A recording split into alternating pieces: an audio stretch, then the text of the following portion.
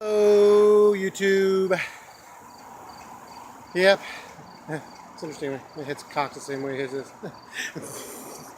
All right, so yeah, I'm vlogging this today. I just wanted to say it's a nice Saturday. Pretty tired. I did 25 laps today.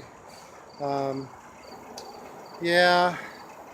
I felt there's a couple of reasons I did 25 laps. But one being that today one of my coworkers and friends, Kevin, is doing a 100-meter run thing. I think but basically he's going to walk 65 miles, which I got to tell you, I only want to do something for 100 times that I wanted to do. So yeah, that's going to be tough for him. So he's in honor of his doing 100 meters. Apparently there's some people that are going to be doing this thing where they're actually going to do 100 miles. They're literally going to run 100 miles. That just sounds horrendous. Horrendous. But yeah, so that's what they're doing down in Chillicothe this weekend. So I thought, you know what? Because he can do 100 meters, I'm going to go ahead and do 25 laps. So I did 25 laps today. The other reasoning behind the 25 laps is that, well, first off, we woke up really late, and I did not get my 6 o'clock nor my 9 o'clock meal. So we went to Bob Evans for the 12 o'clock meal, and I had a nice salad and a nice 3-egg omelet with turkey sausage, and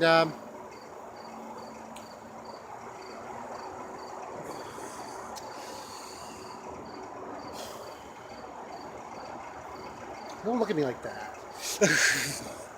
We had candied bacon. Yeah, I knew how bad it was. I did. And I'll admit that when Marcia suggested we share candied bacon to kind of, cheat, I knew better of it. I know I did. But I agreed. But to help her out, I ate 3 of the 2, or 3 of the 5. So, yeah, I had candied bacon. How horrible can that be? It's let's think now.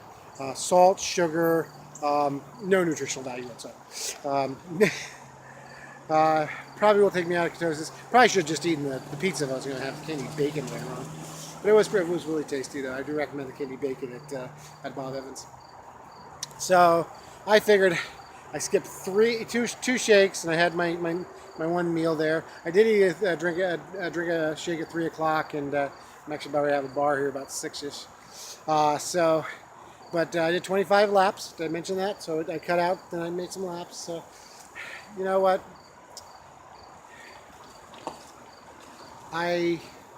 Marcia said when she was done, she's like, because I gave her a hard time also.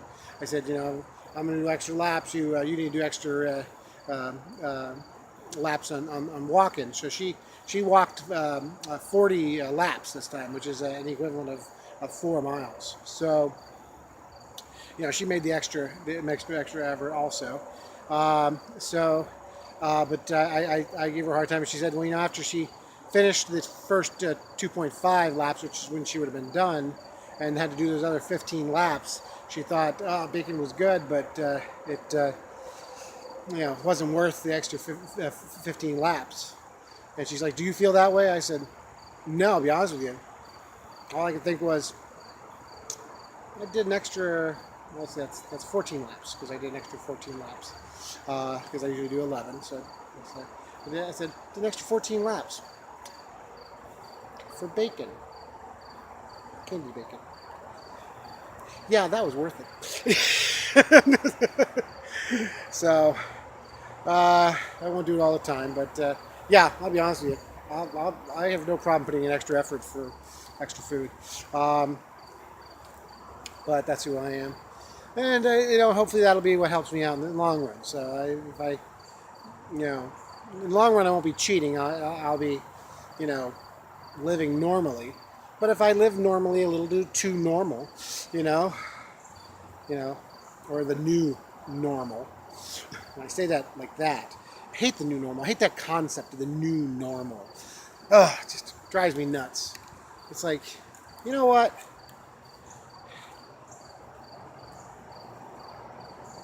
It does. The new normal. It's like, I like normality. I like it being like the way things are. I don't want to change. And that's what I'm doing, right? I'm doing all this change. That's pretty much it. Yeah. So, again, this is why I'm the angry dieter. That's what I should call this thing. I should call it the angry dieter. Actually, at one point, I contemplated doing like a workout video called the angry the angry diet or the angry workouter, just because there's this thing I hate it all, hate it with a passion. You can feel passion, can't you? There's passion in there of just pure hatred of the concepts of the new normal, the expectations of eating healthy. That I feel like I could really pull that off. I could pull off do it in spite. And that's again, I'm not doing this because I want to. I'm doing this because I'm in spite of it. It's a matter of needs to be done. Got it. We'll do it. Doesn't mean I have to like it. So, but yeah. So lost my train of thought, didn't I? Because I was her new normal. Yeah, as the new normal happens, I think that will help me. Not, it's that balance. It's a balance of, I'm writing. Okay, so I'm writing this essay on my second writing project is on the one I picked was an article or a essay about we have to do an I think it's called an expository essay where we're reading an essay and then basically having a conversation with the author and kind of exposing his thoughts. So as I've the essay I chose is called "When a Hockey Puck Tastes Like America" or something like that, by Dan Barry. It's in my Norton Reader. So someone was looking at me very strangely, like, why is that man talking to a video camera? This is kind of odd, isn't it? All right, so by the way, I got the forest next to my house. I forgot to put it behind there with the barbed wire fences, so we don't go over into the corporate area. All right, so okay, where was that? So I'm doing this essay about the shutdown of Hostess Brands. It happened a little while back. It happened, and this guy was he wrote an essay basically about going and getting a he called it ring ding, but they're actually here in the north we call it a ding dong.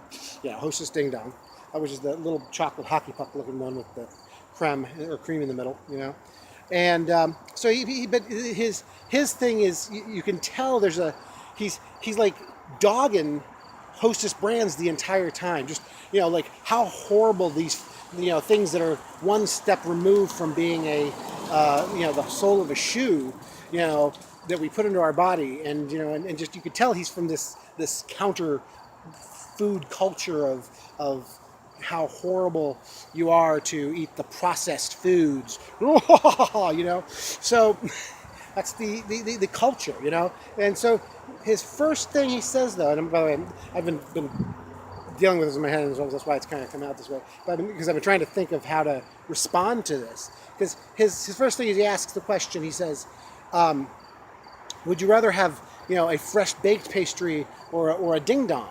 And you'd want to pick that ding dong. And I think that's not the question. The question is not, he's comparing, the Grand Canyon to the Taj Mahal. Two beautiful things, but two different creators. One's created and manufactured, and one is more natural, even though the pastry is baked. But work with me on the artistic license.